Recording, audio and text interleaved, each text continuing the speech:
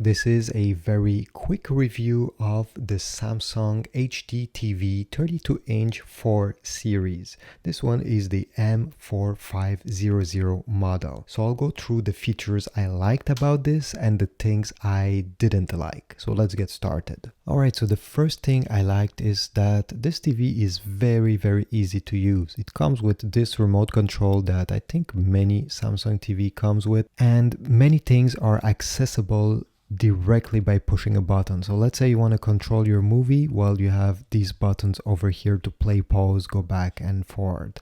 You have a settings button, so you don't have to go through the menus, and you also have some shortcut buttons to go to Samsung TV Plus, which is great because there are like hundreds of free internet channels that are available just by clicking on this button.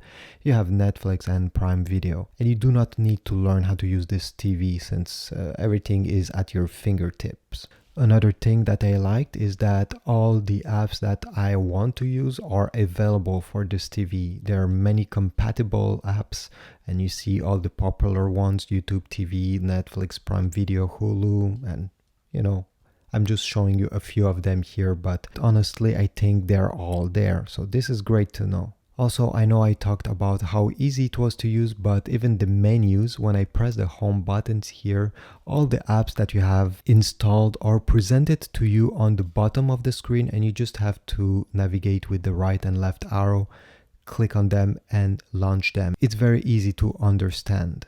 Color-wise, the display, although this is a budget TV, the display is great.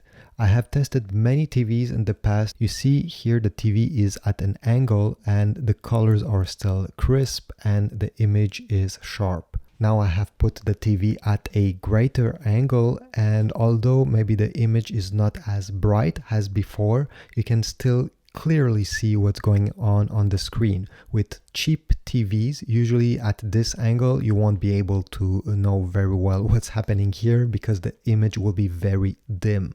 This TV also offers many different ports. It has some component in over here. This is very rare, by the way, to see on modern TVs.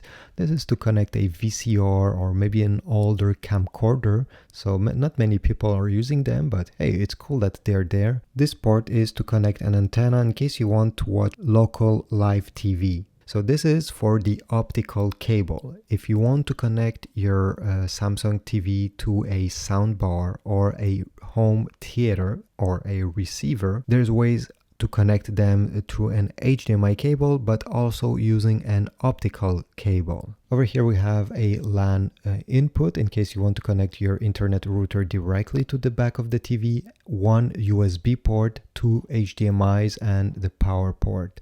I wish there was 3 HDMIs. This seems to be a standard these days to have 3, but this TV only has 2. So in case you have, let's say, an Xbox, maybe a Roku TV, these will take all your HDMI ports. So if you want to plug a PlayStation or another device, well, you'll have to unplug one to free up one HDMI. It's not a big deal, but I think it's important to know. One thing that this TV does not have, and I wish it had, is Bluetooth. I searched through the menu and unfortunately it does not have it. So you cannot connect any Bluetooth headset or a Bluetooth speaker to this TV. You'll need to use a wire. And you will also not be able to mirror your Android smartphone on this Samsung TV. It's a bit weird because if I go over here, you can see it has Apple AirPlay. So you're able to mirror the screen of your iPhone, iPad, or MacBook on this TV, but you're not able to mirror your